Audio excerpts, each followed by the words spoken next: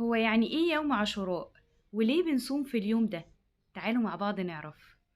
يوم عاشوراء هو اليوم العاشر من شهر محرم، وبنصوم في اليوم ده علشان سيدنا النبي عليه أفضل الصلاة والسلام لما دخل المدينة لقى إن اليهود بيصوموا في اليوم ده، وسأل هما ليه بيصوموا في اليوم ده؟ قالوا له علشان اليوم ده هو اليوم اللي ربنا نجى فيه سيدنا موسى من فرعون، فعلشان كده اليهود بيصوموا في اليوم ده. فحضرة النبي عليه أفضل الصلاة والسلام قال لنا نحن أحق بموسى منهم، فأمر سيدنا النبي عليه أفضل الصلاة والسلام إن احنا نصوم في اليوم ده. ويوم عاشوراء هيوافق يوم جمعة، وسيدنا النبي عليه أفضل الصلاة والسلام نهى عن إن احنا نصوم يوم الجمعة منفرد. طيب احنا بنصوم ليه؟ السبب ايه؟ ان يوم عاشوراء يوم الجمعة، لذلك يصح جدا ان انت تصوم يوم الجمعة بسبب ان هو يوم عاشوراء.